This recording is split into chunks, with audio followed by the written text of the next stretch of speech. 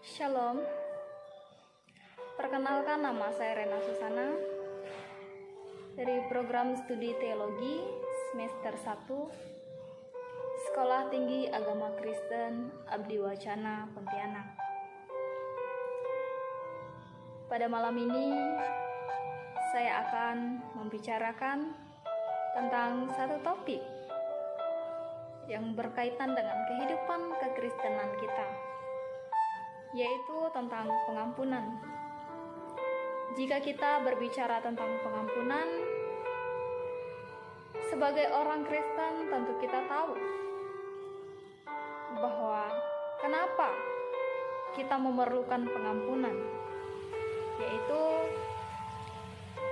itu semua karena dosa dan juga pelanggaran yang telah kita lakukan. Namun, apakah pengampunan itu hanya berkisar di antara ketika Tuhan turun ke dalam dunia ini untuk menebus, melakukan penghapusan dosa kepada kita, melakukan pengampunan di dalam kehidupan kita? Tentu saja bukan seperti itu. Melainkan pengampunan juga harus berjalan di dalam kehidupan kita hari lepas hari, di dalam relasi kita sesama manusia.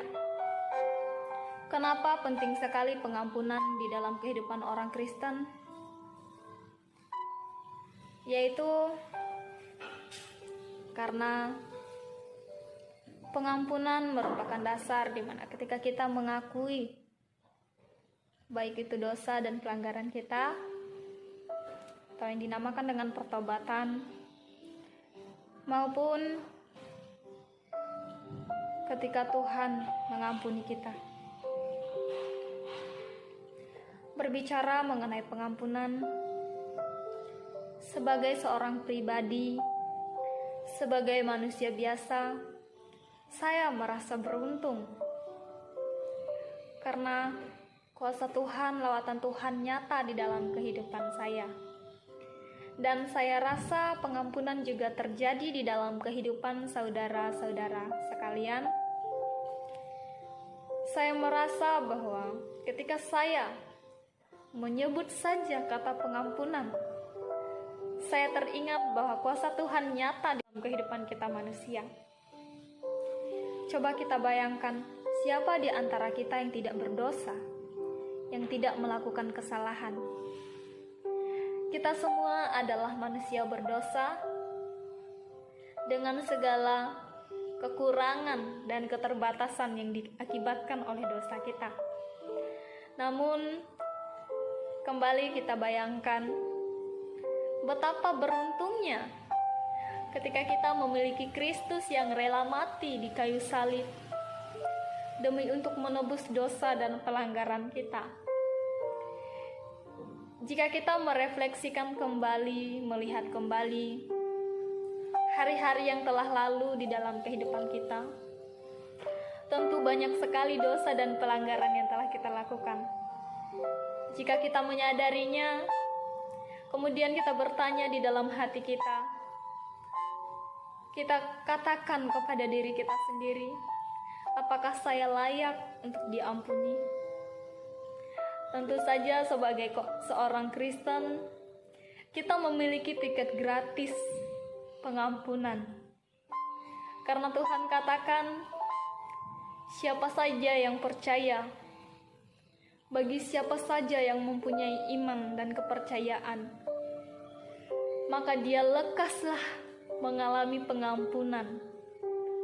Luar biasa kehidupan kita, dilawat dan dibenarkan oleh Tuhan. Perlu kita tanyakan di dalam kehidupan kita, setelah kita melakukan begitu banyak dosa dan pelanggaran di dalam kehidupan kita, apakah kita masih layak untuk diampuni?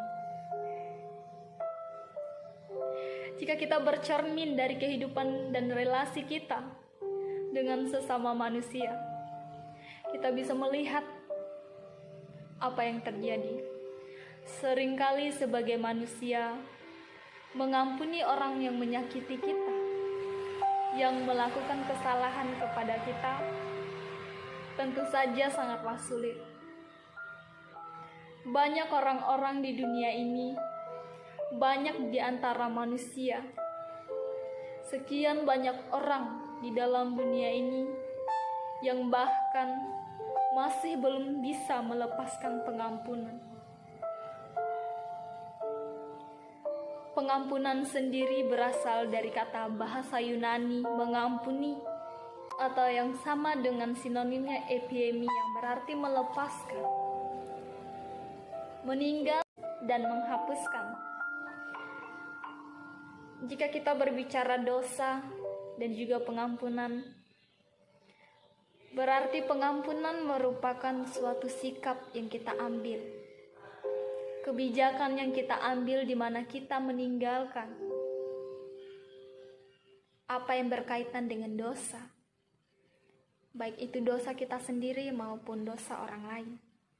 Kita membiarkan pergi semua iri hati, dengki di dalam hati kita.